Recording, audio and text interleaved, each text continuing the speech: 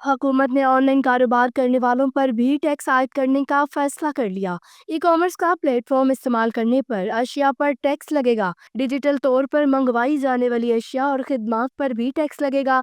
E commerce पर कारोबार करने वालों को माहाना ट्रांजेक्शन्स, डाटा और टैक्स रिपोर्ट देना होंगी।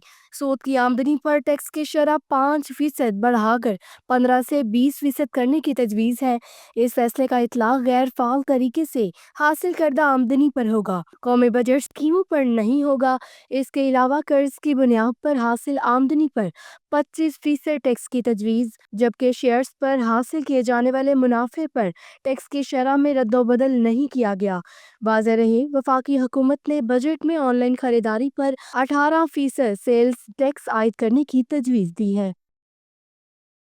हुकूमत ने ऑनलाइन कारोबार करने वालों पर भी टैक्स आयद करने का फैसला कर लिया। ई कॉमर्स का प्लेटफॉर्म इस्तेमाल करने पर अशिया पर टैक्स लगेगा। डिजिटल तौर पर मंगवाई जाने वाली अशिया और खिदमात पर भी टैक्स लगेगा। ई कॉमर्स पर कारोबार करने वालों को माहाना ट्रांजेक्शन्स, डाटा और टैक्स रिपोर्ट देना होंगी। सूद की आमदनी पर टैक्स की शरह 5% बढ़ाकर 15 से 20% करने की तजवीज़ है। इस फैसले का इतलाक गैर फाल तरीके से हासिल करदा आमदनी पर होगा, कौमी बजट स्कीमों पर नहीं होगा। इसके अलावा कर्ज की बुनियाद पर हासिल आमदनी पर 25% टैक्स की तजवीज़, जबकि शेयर्स पर हासिल किए जाने वाले मुनाफे पर टैक्स की शरह में रद्दोबदल नहीं किया गया।